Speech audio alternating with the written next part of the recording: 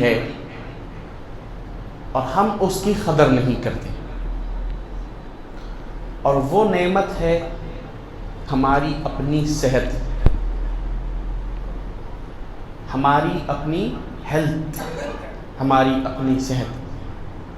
اور اس نعمت کا اس وقت اندازہ ہوتا ہے، اس نعمت کی اس وقت قدر ہوتی ہے جب صحت ہاتھ سے گزر جاتی ہے۔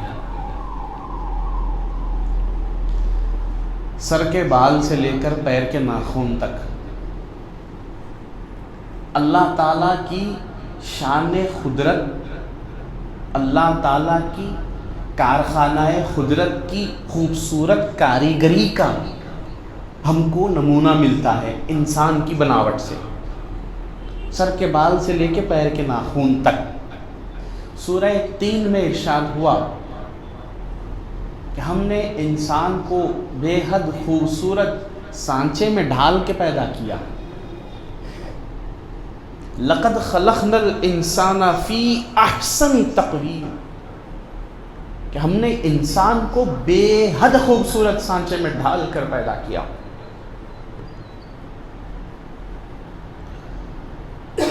آپ غور کیجئے، ناریل پانی پیتے، ناریل کے اندر اسٹرا لگاتے،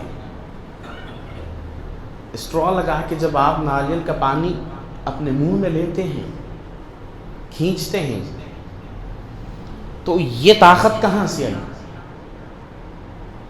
کھینچنے کی جو طاقت ہے، یہ جو سکشن پاور آپ کے پاس ہے، کون سی موٹر آپ کے اندر فٹ ہے، کتنے ایچ پی کی موٹر آپ کے اندر فٹ ہے جو پانی کو سکشن کر رہی ہے؟ یہ آپ نے کبھی سوچا نہیں۔ اسی طرح ہمارے جو خون کی دوران ہے، انسانی بلڈ پریشر جو ہے، یہ مسلسل ہمارے جسم میں گردش کر رہا ہے، دوڑ رہا ہے، پیدا ہونے سے لے کر روح قبض ہونے تک۔ ہمارا دل جو ہے خون کو پمپ کر رہا ہے، دماغ سے لے کے پیر تک دل کا کام خون کی دوران کو جاری رکھنا ہے۔ سائنسدانوں نے کہا اپنی تحقیق میں، دل کو اللہ تعالیٰ نے اتنا مضبوط بنایا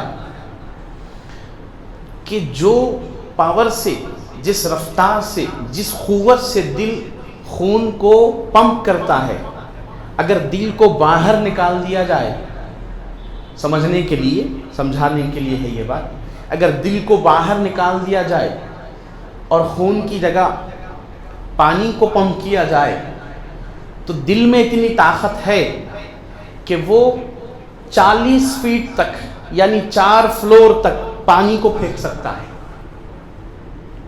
فَبِأَيِّ آلَاءِ رَبِّكُمَا تُكَذِّبَانِ۔ تو اللہ نے ایک ایسا نیچرل پمپ ہمارے اندر رکھا، ہم خرید کے لاتے، دیگر گھروں میں اپنے الگ الگ برانڈز کے پمپ، کرامپٹن کا، ہیولز کا، کرلوسکر کا، 1 ایچ پی کا، 1/2 ایچ پی کا، 2 ایچ پی کا، جتنی ہماری گنجائش ہے اور جتنی ہماری ضرورت ہے اس کے لحاظ سے ہم خرید کے لاتے۔ سال، 2 سال، 5 سال، 10 سال گزرنے کے بعد یا تو اس کا شافٹ خراب ہوتا، یا اس کے بیرنگز خراب ہو جاتے، موٹر میں آواز آنا شروع ہو جاتی، فین خراب ہو جاتا، پریشر کم ہو جاتا، ایمپلرز ہے تو ایمپلرز جل جاتے۔ تو دنیا والوں کی بنائی ہوئی چیز 8 سے 10 سال میں خراب ہو سکتی ہے، لیکن جس کو پروردگار نے بنایا ہے، جو کارخانہ قدرت میں اللہ تعالیٰ نے جس کو خلق کیا ہے، وہ اللہ تعالیٰ نے جو ہمارا دل رکھا ہے، نہ اس کو زنگ لگتا ہے، نہ اس کے اندر بیرنگ خراب ہوتا ہے، نہ اس کے ایمپلرز جلتے ہیں، نہ اس کی وائنڈنگ جلتی ہے، نہ کبھی اس میں شاک سرکٹ ہوتا ہے، وہ کنٹینیوسلی وہ بلڈ کو آپ کے سرکولیٹ کرتا رہتا ہے جب تک آپ کا انتقال نہیں ہو جاتا۔ ہاں حضور نے ارشاد فرمایا دلوں کو زنگ لگتا ہے۔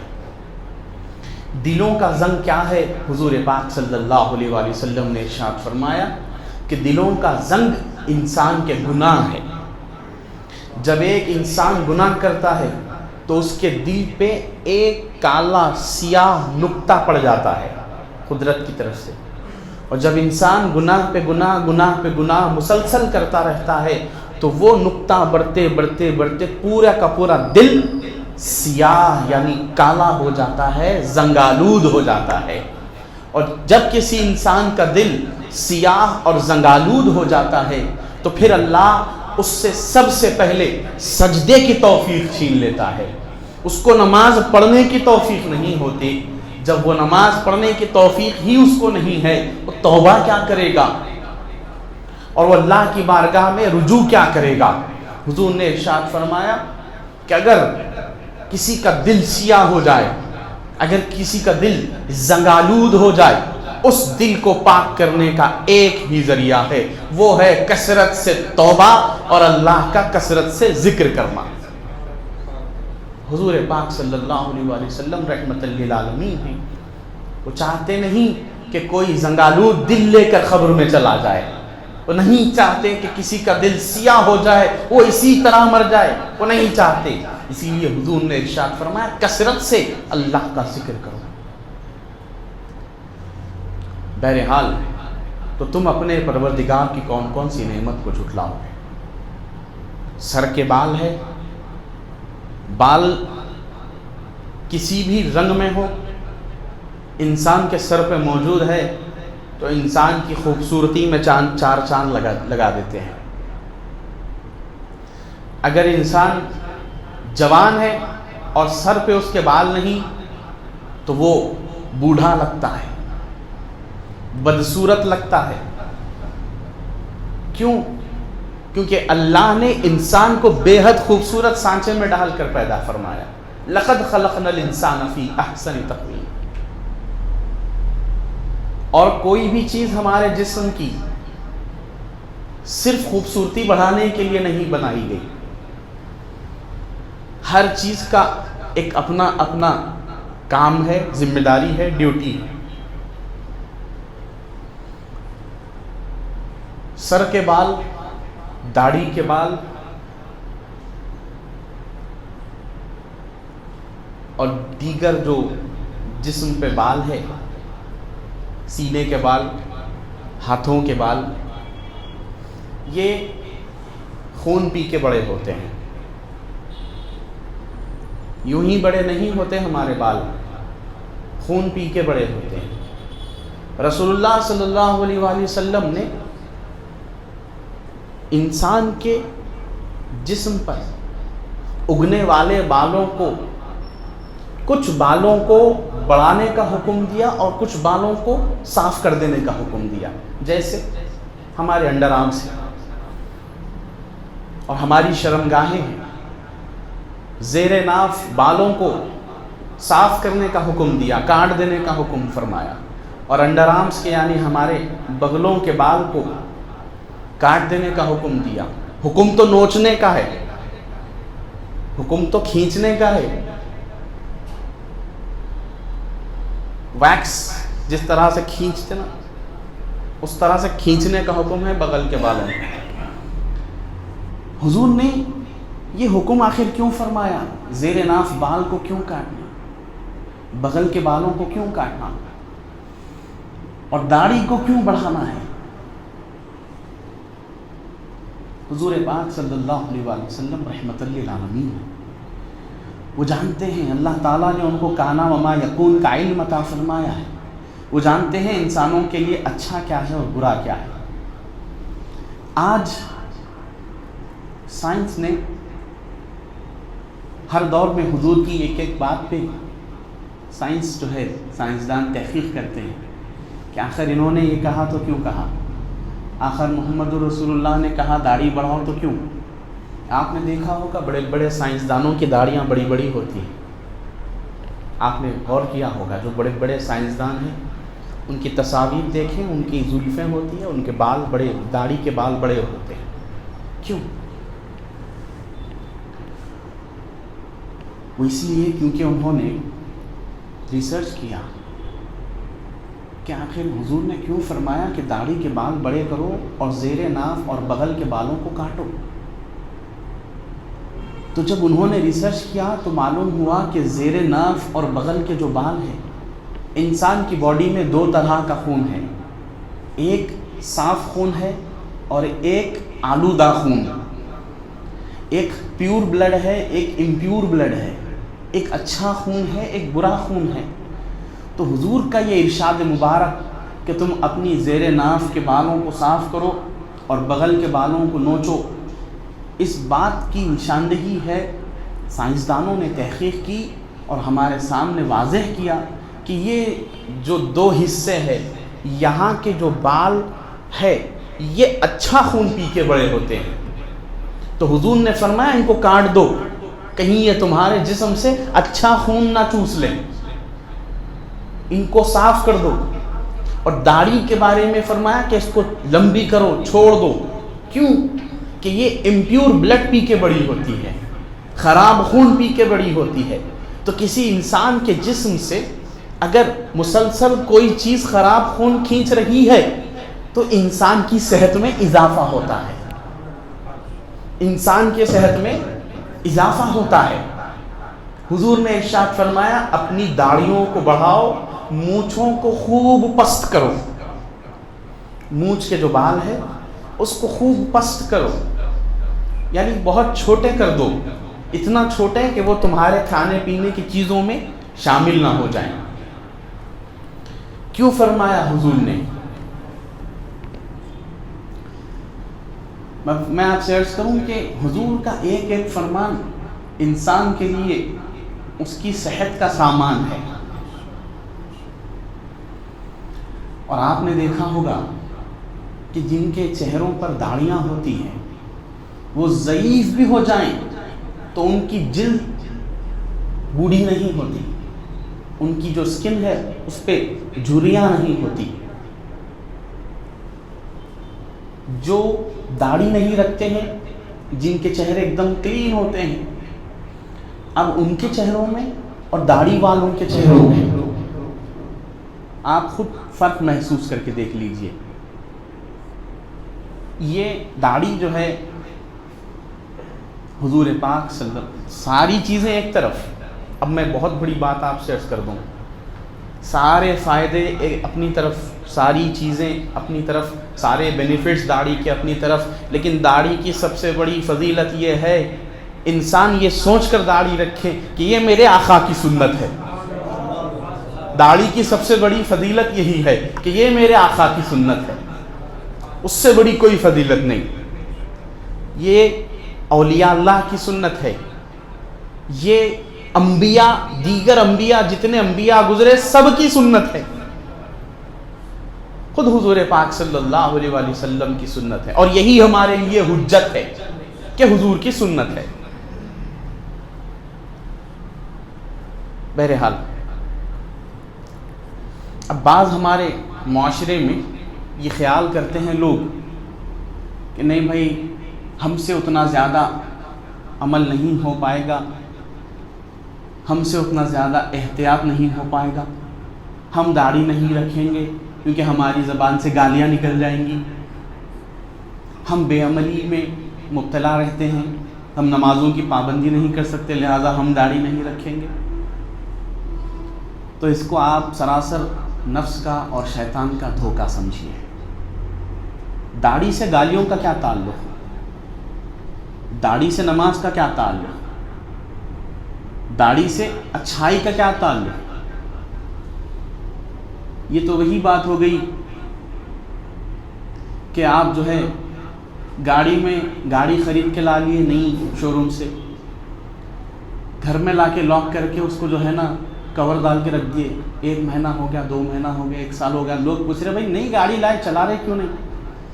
تو بولے نہیں گاڑی نکالوں گا تو ایکسیڈنٹ ہو جائے گا، گاڑی نکالوں گا تو ٹکر ہو جائے گی، لہٰذا میں گیا. تو آپ نے خریدا ہی کیوں؟ کامن سینس کی بات ہے. جب انسان داڑھی رکھ لیتا ہے، داڑھی رکھ لینے سے وہ خدا نہیں ہو جاتا. داڑھی رکھ لینے سے وہ نبی نہیں ہو جاتا، داڑھی رکھ لینے سے وہ سنت پہ عمل کر رہا ہے، وہ سنت پہ عمل کر کے اپنے آپ کو حضور سے ایک قدم قریب کر رہا ہے، ایک قدم حضور سے قریب کر رہا ہے۔ اور اگر اس نیگیٹو سوچ کو نکال کر آدمی تھوڑی سی پازیٹیو سوچ اپنے دماغ میں لائے کہ میں داڑھی رکھ کر گالیاں دوں گا تو داڑھی کی بے ادبی ہوگی، داڑھی رکھ کر میں غلط کام کروں گا تو داڑھی کی بے ادبی ہوگی، اگر یہ سوچ آپ کے دماغ میں آ جائے، یہ منفی سوچ کو نکال کر اللہ اور اس کے رسول کی ذات پہ کامل یقین رکھتے ہوئے اس نیت سے داڑھی رکھیں کہ میں داڑھی رکھوں گا تو ہو سکتا ہے اس سنت کی برکت سے میری گندی زبان صاف ہو جائے، میری بے عملیاں میرے سے دور ہو جائے، میں نماز کا عادی ہو جاؤں گا، برکت میرے پاس آئے گی، رحمت میرے پاس آئے گی۔ یہ بھی ہو سکتا ہے، اللہ کی ذات پہ کامل یقین ہونا چاہیے۔ ایک صحابی رسول تھے، ان کو پورے چہرے پہ بال نہیں تھے، بائی ڈیفالٹ نہیں تھے، پورا کلین انہوں بغیر شیو کرے کے کلین رہتے تھے، ان کو بال اگتے ہی نہیں تھے، ان کے چہرے پہ ایک ہی بال تھا، ایک ہی بال۔ تو حضور جب بھی ان کو دیکھتے تو مسکراتے تھے، جب بھی حضور ان کو دیکھتے مسکرا دیتے تھے، لوگ چڑھاتے تھے۔ دیکھو یہاں پہ میرے کو ایک بات یاد آ گئی، ہمارا معاشرہ اتنا خراب ہے، نہ خود عمل کرتا ہے نہ دوسروں کو عمل کرنے دیتا ہے۔ کوئی عمل کرے تو اس کا مذاق اڑا دیتے، کوئی اگر آپ کو نماز کی دعوت دیا تو فوراً مذاق اڑاتے، انہوں بہت بڑے پانچ وقت کے نمازی ہیں، تانے دیتے۔ خود بھی عمل کرنا، دوسروں کو بھی عمل کرنے کی ترغیب دینا، یہ ایمان کے تقاضوں میں سے ہے۔ اگر کوئی شخص آپ کو نماز کی دعوت دے رہا ہے تو آپ اس کو لبیک کہیں۔ شرم کی بات ہے کہ مسلمان ہونے کے باوجود ہم کو کوئی دعوت دینا پڑ رہا ہے، شرم کی بات ہے۔ خیر میں اس سے بڑا جملہ کچھ بھی نہیں عرض کر سکتا۔ تو حضور کے زمانے میں ایک صحابی تھے جن کا چہرہ بالکل کلین تھا، وہ شیو نہیں کرتے تھے، بائی ڈیفالٹ ان کو بال نہیں تھے، بائی برتھ نہیں تھے، ایک بال تھا۔ لوگ مذاق اڑاتے تھے، ایک بال والا جا رہا ہے، ایک بال والا جا رہا ہے۔ اگر کوئی بائی ڈیفالٹ اندھا ہے، کوئی بائی ڈیفالٹ لنگڑا ہے، کوئی بائی ڈیفالٹ ایک آنکھ والا ہے، تو کبھی اس کا مذاق نہیں اڑانا چاہیے، اس کو کبھی اس نعمت کی احساس کمتری کا احساس نہیں دلانا چاہیے کہ اس کے پاس وہ نعمت نہیں ہے جو ہمارے پاس ہے۔ یہ بہت خراب بات ہے، یہ اللہ اس کے رسول کو ناراض کرنے والا عمل۔ تو بہرحال لوگ چڑھاتے تھے، ایک بال والا، ایک بال والا، لیکن جب حضور ان کو دیکھتے تھے تو مسکرا دیتے تھے۔ تو تنگ آ کر انہوں نے کیا کیا، وہ ایک بال انہوں نے کاٹ دیا۔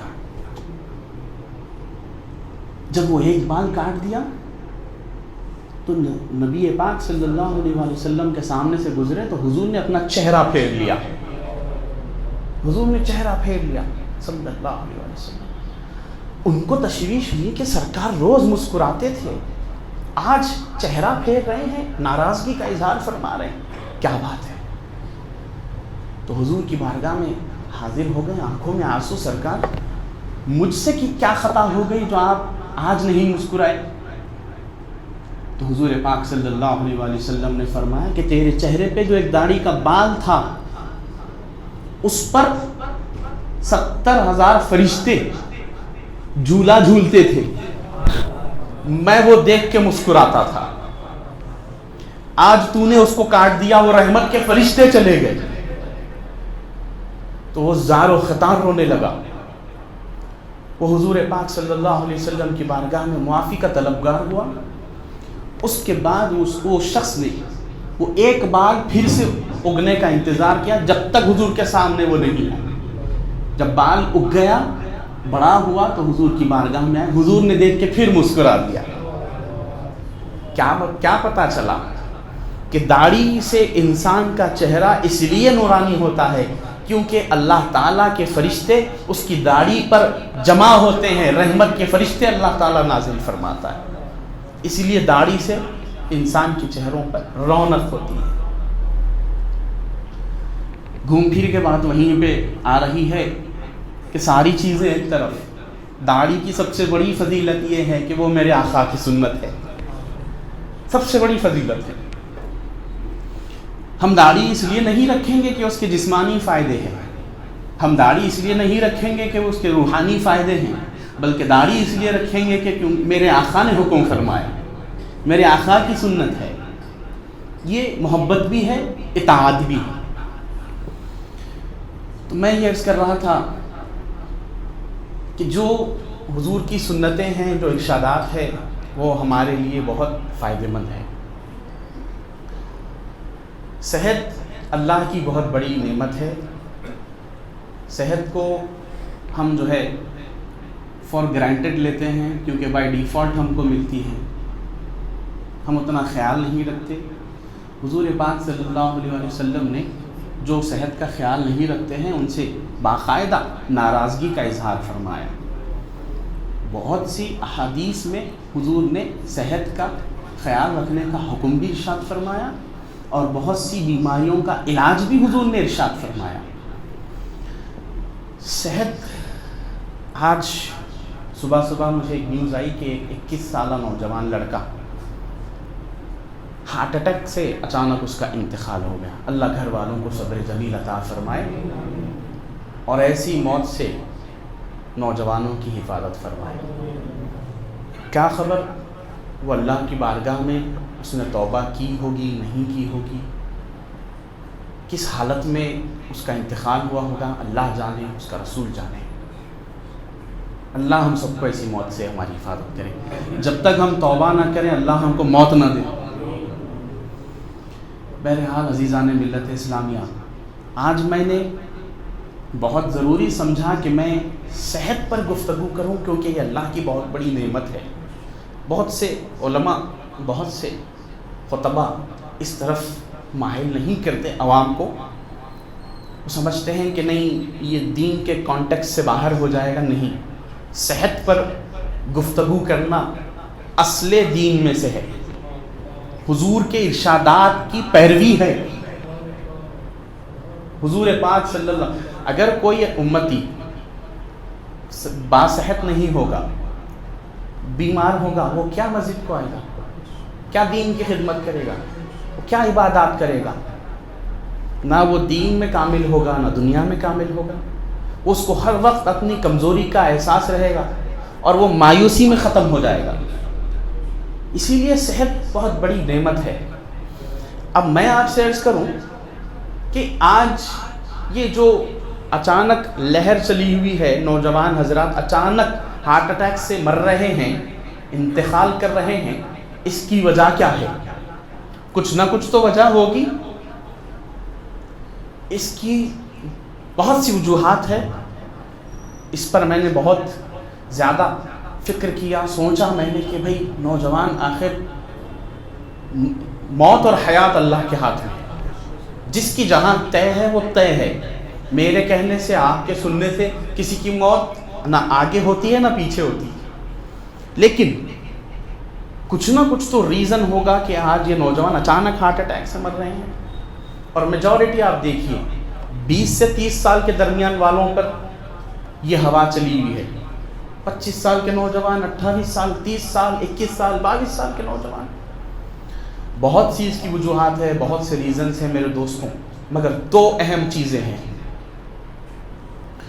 دو اہم چیزیں ہیں۔ ایک ہمارا لائف سٹائل اور ایک نوجوانوں میں سپلیمنٹس لینے کی عادت، steroids and supplements, weight gainers and fat burners, جن کی چکر میں جو لوگ جاتے، جا کے کوچ سے پوچھتے کہ بھائی میرا فیٹ ہے، کیسا کرنا، تو کوچ صاحب آپ کو ایڈوائس دیتے آپ جو ہے کارڈیو ایکسرسائز بھی کرنا، ریگولر ایکسرسائز بھی کرنا، اور ساتھ ہی ساتھ اپنی ڈائٹ بھی مینٹین کرنا، اور ساتھ ہی ساتھ میرے پاس یہ پروڈکٹس ہے، آپ اس کو خریدنا، یہ ڈبہ لینا، روزانہ جو ہے پانی میں ملا کے پینا، اس سے آپ کا فیٹ برن ہوتا۔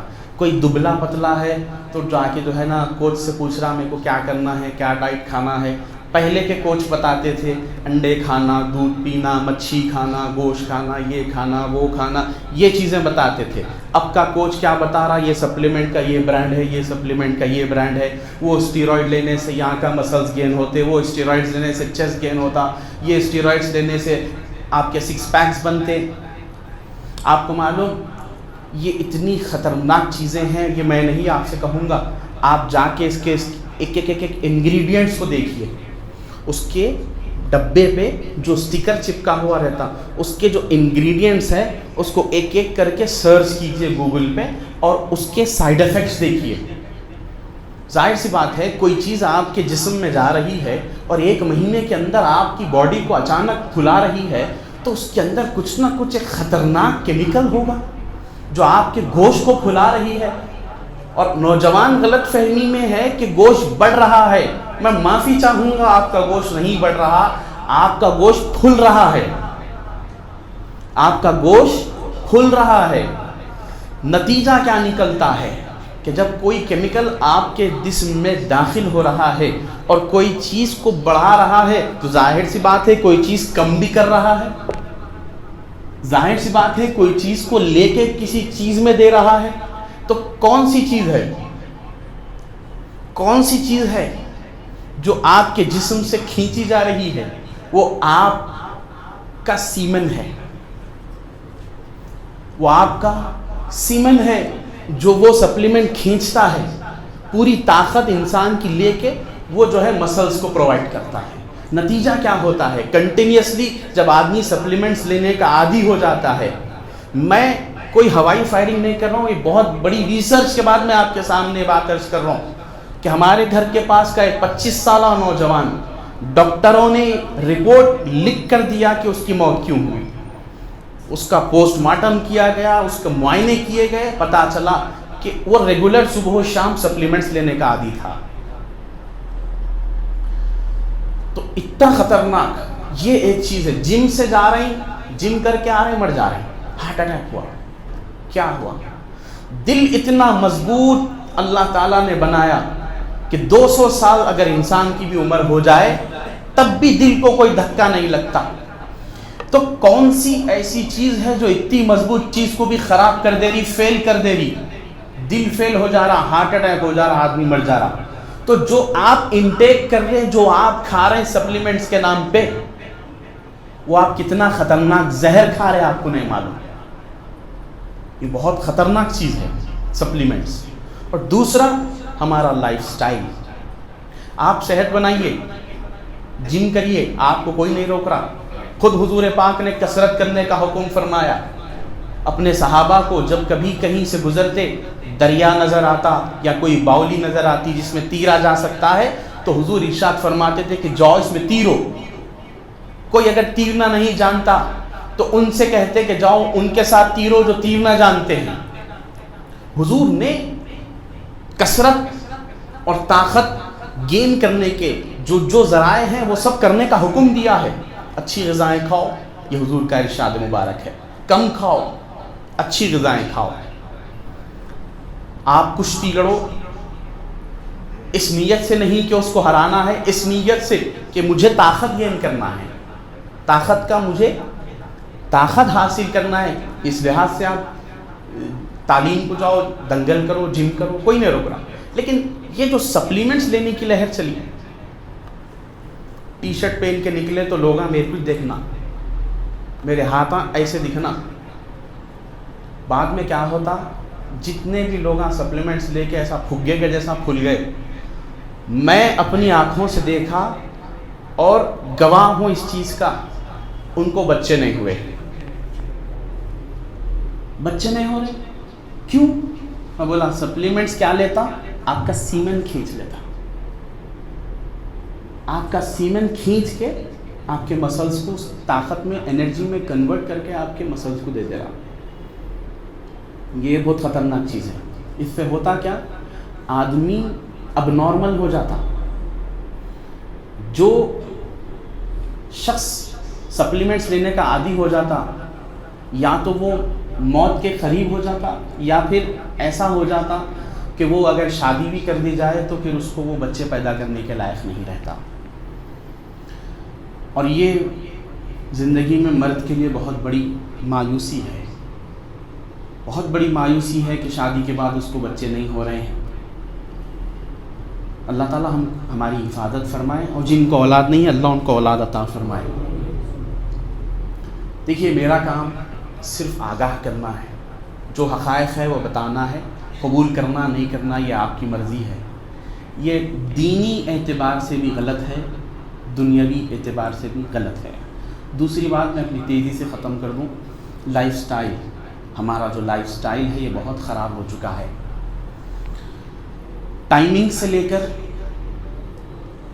چیزوں تک ہم اپنی صحت کا جو ہے کباڑا کر رہے ہیں. صبح اٹھتے ہی سب سے پہلے ایک دور میں مائیں جو ہے, دادیاں مائیں اٹھاتے, ذرا جا کے فلاں صاحب کی ڈڈی سے دودھ نتھارے ہوں گے, صبح صبح لے کے آ.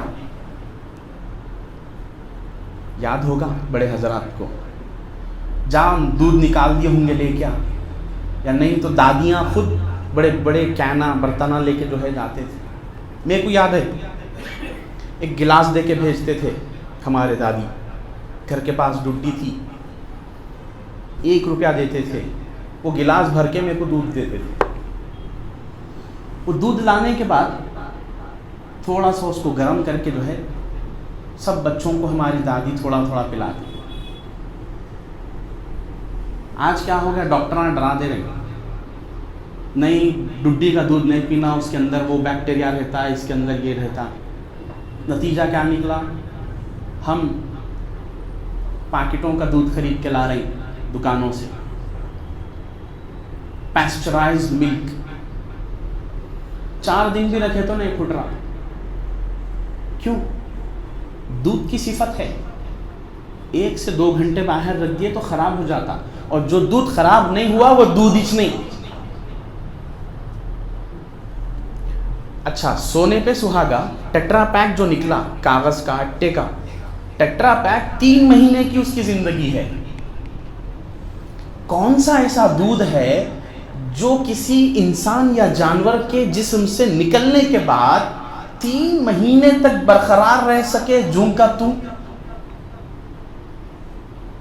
کیا ہم اتنے ذہنی معذور ہو گئے ہیں کہ اتنا بھی نہیں سوچ پا رہے ہیں کہ 2 سے 3 گھنٹے میں خراب ہونے والا دودھ 3 مہینے تک سلامت رہ رہا ہے؟ کس وجہ سے؟ میں آپ کو سیدھے الفاظوں میں کہہ دوں تو وہ دودھ ہی نہیں, وہ سفید کوئی کیمیکل پانی ہوگا جو آپ پی رہے ہیں, استعمال کر رہے ہیں. اور ڈنکے کی چوٹ پہ میں آپ سے ایک چیلنج کرنا چاہ رہا ہوں. جن کے گھروں میں بچے چھوٹے ہیں, جن کو آپ دودھ پلاتے, اگر کسی کے گھر میں بچے کنٹینیوسلی بیمار رہ رہے, بخار آ رہا, سردی رہ رہی, سینہ بھرے ہوا رہ رہا, کسی بچے کو ٹائیفائڈ, کسی کو ملیریا, کسی کو ڈینگو, کسی کو نیمونیا, اس سے اگر آپ پریشان ہیں 1 مہینے کے لیے دودھ چھوڑ کے دیکھیے. اگر آپ کا بچہ باصحت نہیں ہو جائے گا تو آپ میرا گریبان پکڑ لیجیے. بچوں میں آج جو کمزوری, بچوں کا امیون سسٹم کمزور ہو رہا ہے, اس کی وجہ یہ پیکٹوں کا دودھ ہے. میں آپ کو بہت زیادہ سوچنے اور سمجھنے کے بعد یہ ساری تحقیق آپ کے سامنے میں رکھ رہا ہوں. آپ جا کے کسی بچوں کے ڈاکٹر سے پوچھئے کہ ہم پیکٹ کا دودھ پلاتے بچے کو پلا سکتے ہیں کیا؟ سمجھدار ڈاکٹر کہے گا بالکل نہیں, اس سے اچھا آپ گھر کا کوئی کھانا کھلا لیجئے, گھر کا کوئی پانی پلا دیجئے, مگر باہر کا دودھ بالکل نہیں. ہاں, اگر کسی کے گھر کے پاس ڈڈی ہے, جا کے بھینس کا دودھ مل رہا فریش تازہ, لا کے آپ بچے کو گرم کر کے تھوڑی شکر ڈال کے پلا رہے, تو یہ صحت کا باعث بن سکتا ہے.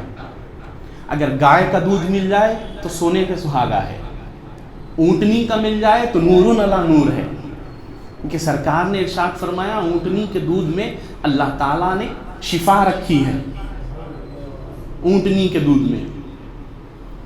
اگر آپ کے علاقے میں ملتا ہے تو ٹھیک ہے، نہیں ملتا ہے تو ڈڈیوں میں گائے کا دودھ تو ملتا۔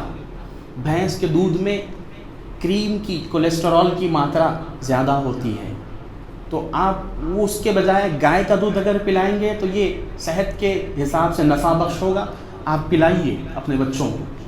بڑے لوگ کیا کرتے تھے، ایک کہاوت تھی، گھی کھاتے تھے دودھ سے ہاتھ دھوتے تھے۔ کیا کرتے تھے؟ گھی کھاتے تھے دودھ سے ہاتھ دھوتے تھے، بڑے لوگوں کی کہاوت ہے، اس لیے صحت مند تھے۔ ہمارے پاس گھی ختم ہو گیا، ریفائنڈ آئل آیا، ڈالڈا آیا، یہ ساری چیزیں ہمارے ہارٹ کے لیے، ہمارے دل کے لیے بہت خطرناک چیزیں ہیں۔ ریفائنڈ آئل جس کو ہم 200 روپے 150 روپے لیٹر خرید کے گھر کو لا رہے ہیں، وہ ہمارے لیے کتنا نقصان دہ ہے وہ آپ نہیں جانتے۔ حضور نے کیا ارشاد فرمایا؟ زیتون کا تیل، زیتون کا پھل، آج بھی عرب ممالک میں زیتون کا تیل اور زیتون کا پھل کا استعمال کیا جاتا ہے۔ خیر اب کیا حالات ہے میں نہیں جانتا۔ تو یہ چیزیں، ہمارا جو لائف سٹائل ہے، اٹھتے ہی ہم کیا کر رہے ہیں؟ پہلے کی مائیں جا کے بولتے تھے بھیجا خرید کے لا، گردے کلیجی لے کے آ، بوٹی لے کے آ، کلیجی پھپسا لے کے آ، تلی لے کے آ۔ اب کی مائیں 200 روپے 500 روپے دے کے بول رہے ہیں 10 لوگ ہیں، جاؤ 10 پلیٹ اڈلی وڑے اپما لے کے آؤ، دوشے لے کے آؤ۔ اب صبح اٹھ کے کچرا کھا رہے ہیں، پیٹ بھر جا رہا، طاقت کیا ملی؟ زیرو۔ کیا ہے اس کے اندر؟ اڈلی وڑا اپما، کیا ہے یہ ہماری غذا نہیں ہے۔ یہ چیزیں آنے سے ہمارا پیٹ تو بھر رہا ہے مگر ہم کمزور ہوتے جا رہے ہیں دن بدن۔ صبح اٹھتے ہی ایک ٹرینڈ چل گیا، اچھا پہلے صبح میں کھاتے تھے، اب رات کے 2 بجے انہیں سنیپ ڈال رہا، انسٹاگرام پہ پوسٹ ڈال رہا، دوشا کھاتے ہیں۔ کوئی بڑا تیر نے مارا 2 بجے رات کو ٹھہر کے دوشا کھا رہا، کوئی بڑا تیر نے مارا، الٹا اپنی صحت کا نقصان کر لے رہا۔ وہ ٹائم ہوتا ہی نہیں کھانے کا، عشاء کی نماز سے پہلے رات کا کھانا کھا لے کے آدمی فارغ ہو جانا۔ اگر عشاء کی نماز کے بعد کوئی کھانا کھا رہا ہے تو وہ لمحہ بلمحہ اپنی موت کو دعوت دے رہا ہے۔ حکیم لقمان اپنے بیٹے سے کہا کرتے تھے رات کا کھانا کھاؤ اور اس کے بعد اگر کانٹوں پہ چلنا پڑے تب بھی چلو، چلے بغیر سو مت۔ کیا مطلب ہوا؟ سوتے، کھانا کھاتے ہی سو جانا اپنی صحت کو بگاڑ لینا ہے۔ اور ہم کیا کر رہے ہیں؟ 2 بجے ٹھہر کے دوشے، اڈلیاں، مٹھی، دھول سب کھا رہے ہیں، کھا کے گھروں کو آ رہے ہیں، مست سو جا رہے 12 1 بجے تک۔ سونے کے بعد جو پیٹ کا حال ہو رہا وہ ہم کو نہیں معلوم کیا ہو رہا۔ ایسیڈیٹی ہوتی ہے، ایسیڈیٹی جب اس کا صحیح سے کیور نہیں کیا جاتا، ایسیڈیٹی کو صحیح سے کنٹرول نہیں کیا جاتا، تو ایسیڈیٹی 2 اہم بیماریوں کو، 2 خطرناک بیماریوں کو جنم دیتی ہے۔ ایک ہائی کولیسٹرول ان بلڈ، آپ کے خون میں چکناہٹ کا اضافہ ہوتا ہے، اور دوسرا پائلز جس کو اردو میں بواسیر کہتے ہیں۔ یہ 2 چیزوں کو جنم دیتی ہے آپ کی ایسیڈیٹی۔ اور جب کولیسٹرول ہائی ہو جاتا ہے خون میں تو ظاہر سی بات ہے خون دل سے ہوتا ہوا گزرتا ہے، اور دل میں وہ چکناہٹ اس کے والز میں رک رک کے اس کے والز جو ہے بلاک ہو جاتے ہیں۔ جب والز بلاک ہو جاتے تو پھر ہم کو ڈاکٹروں کو پالنا پڑتا، جا کے اسٹنٹ ڈلا رہے ہیں، اوپن ہارٹ سرجری کرا رہے ہیں۔ کیا ہوا؟ ارے کل اچھے تھے، ابھی صبح میں ہارٹ اٹیک آ گیا، ایسا کیسا ہے؟ 2 والو بلاک ہو گئے، بولے ڈاکٹر ہو رہا نہیں ہو رہا، یہ ہماری لائف سٹائل کی وجہ سے ہو رہا۔ جو غذائیں ہم کو کھانی تھی وہ ہم کھانے کے بجائے جو نہیں کھانا ہے وہ ہم کھا رہے ہیں. جب ہم کو غذا کھانی تھی ہم اس وقت سو رہے ہیں, جب ہم کو سونا ہے اس وقت ہم غذا کھا رہے ہیں. یہ ساری چیزیں ہمارے لیے نقصان دہ ہیں اور اس میں کسی کا کچھ نہیں جاتا. اس کی پوچھے اللہ کی بارگاہ میں, ہم نے تم کو صحت عطا کی تھی, تم نے اس کی قدر کیوں نہیں کی؟ اللہ دولت بھی دیتا ہے, صحت بھی دیتا ہے, اولاد بھی دیتا ہے, تو اس کا مطلب یہ نہیں کہ کل اس کا سوال نہیں ہوگا, تمام چیزوں کا سوال ہوگا. اولاد دی تھی, اولاد کی پرورش کیسے کی؟ صحت دی تھی, صحت کا خیال کیسے رکھا؟ دولت دی تھی, کہاں خرچ کی؟ دولت حلال سے کمایا تھا کہ حرام سے؟ یہ ساری چیزوں کا سوال ہوگا. مگر انسان کیا کر رہا ہے؟ اپنے ہی پیر پہ کلاڑی مار رہا ہے, اپنی صحت کو خراب کر رہا ہے. کیوں حضور پاک صلی اللہ علیہ وآلہ وسلم نے ارشاد فرمایا کہ ہر نشاور چیز ہمارے لیے حرام؟ کیوں فرمایا؟ اس لیے فرمایا کہ کہیں کوئی چیز ہمارے لیے جسم کو نقصان نہ پہنچائے. شراب ہے, سگریٹ ہے. اب بہت سے لوگ سگریٹ کے عادی ہے, اپنا فتویٰ دیتے, نہیں مولانا سگریٹ حرام نہیں ہے, مکروہ ہے. اچھا مکروہ ہے تبھی بھی کر رہے ہیں, مکروہ ہے پھر بھی پی رہے ہیں. حرام نہ صحیح چھوڑ دو لیکن مکروہ تو ہے. کیوں ہے؟ کیا اسلام کو آپ سے لینا دینا ہے؟ کیوں اسلام نے آپ کے لیے سگریٹ کو مکروہ کیا؟ کیونکہ آپ کے لیے نقصان ہے.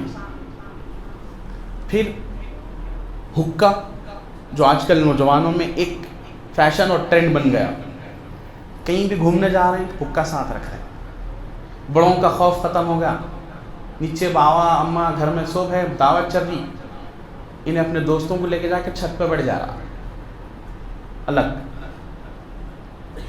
حقہ لے کے. کیا بولے تو نہیں عرباں بھی پیتے, یہ عربی ٹرینڈ ہے, یہ کوئی یہودیوں کا بنایا نہیں ہے. عرباں بھی پیتے, عرباں ناچ رہے ہیں عورتوں کے ساتھ, عرباں شراب بھی پی رہے ہیں, عرباں ہر وہ ناجائز کام کر رہے ہیں جو اسلام میں نہیں ہے. کرو, ناچو, پب کو جاؤ, کلب کو جاؤ. عرب ہمارے لیے حجت نہیں, کوئی شیخ ہمارے لیے حجت نہیں. اگر کوئی عالم دین شراب پیے اور عوام یہ سمجھے کہ بھئی عالم ہو کے پی رہا, ہم کیوں نہیں, تو عالم ہمارے لیے حجت نہیں. حجت رہے گا تو ہر دور میں اللہ کا کلام اور رسول اللہ کا فرمان, بس یہ دو چیزیں ہمارے لیے حجت. جس چیز کو رسول اللہ نے حرام قرار دیا وہ قیامت تک حرام رہے گی, جس چیز کو رسول اللہ نے حلال قرار دیا وہ قیامت تک حلال رہے گی. کوئی عرب کرے یا نہ کرے, کوئی ہندوستانی کرے یا نہ کرے, جو حلال ہے وہ حلال ہے, جو حرام ہے وہ حرام ہے. بہرحال ہمارا لائف سٹائل بہت خراب ہو گیا, کھانے پینے سے لے کے سونے اٹھنے سے لے کے پہننے تک. امام جعفر صادق رضی اللہ تعالیٰ عنہ نے بہت ہی خوبصورت ارشاد فرمایا کہ انسان کی صحت کا راز ہم سمجھتے ہیں کھانے پینے میں ہے, لیکن انسان کی صحت کا راز صرف کھانے پینے میں نہیں ہے. اللہ تعالیٰ نے ہر وہ چیز سے انسان کو صحت بخشی جو اس کے جسم سے مسح ہوتی ہے. ہمارے کپڑے, ہمارے جوتے, ہماری گھڑیاں, ہمارے سر کے پہناوے, دستار, ٹوپیاں, یہ ساری چیزیں انسان کے لیے صحت کا باعث بنتی ہیں. اچھی صحت یا بری صحت, کیسے؟ کیوں حضور پاک صلی اللہ علیہ وآلہ وسلم نے جب کبھی بھی نالین حضور نے زیب تن فرمائی ہے تو لیدر ہی کی کیوں حضور نے پسند فرمائی؟ اس لیے پسند فرمائی کہ لیدر جو ہے یہ ایک نیچرل انگریڈینٹ ہے. لیدر جو ہے نیچرل انگریڈینٹ ہے. انسان کے پیر کے نیچے جو زمین ہے, زمین سے انسان کا ایک کنیکشن ہے.